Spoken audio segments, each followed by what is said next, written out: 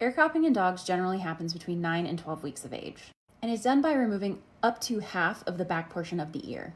And historically, this was done to prevent ear damage during hunting or fighting, and some people think it reduces the incidences of ear infections in dogs, even though studies have shown that that's not true, and that breed is actually a bigger predictor for these ear infections. But discussing things like injuries to ears gets a little bit trickier. In my tail docking video, I had a lot of statistics about tail injuries in dogs, including if they happen more or less in working dogs. These statistics and studies don't really exist when it comes to ear cropping in dogs.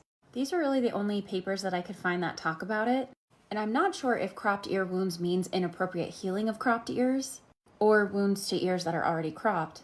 If anyone wants to translate these papers for me, I would love you. There isn't really a lot of good data supporting the use of ear cropping, even in working breeds.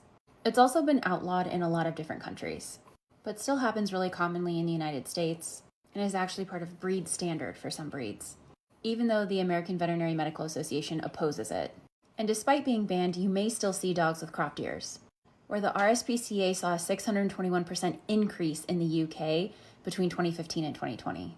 And there are a lot of theories as to why that happened. According to this study, it was mostly imported dogs, and mostly American bulldogs. There's not a lot of good information about acute and chronic pain in these dogs, and it's really not being taught in veterinary schools anymore.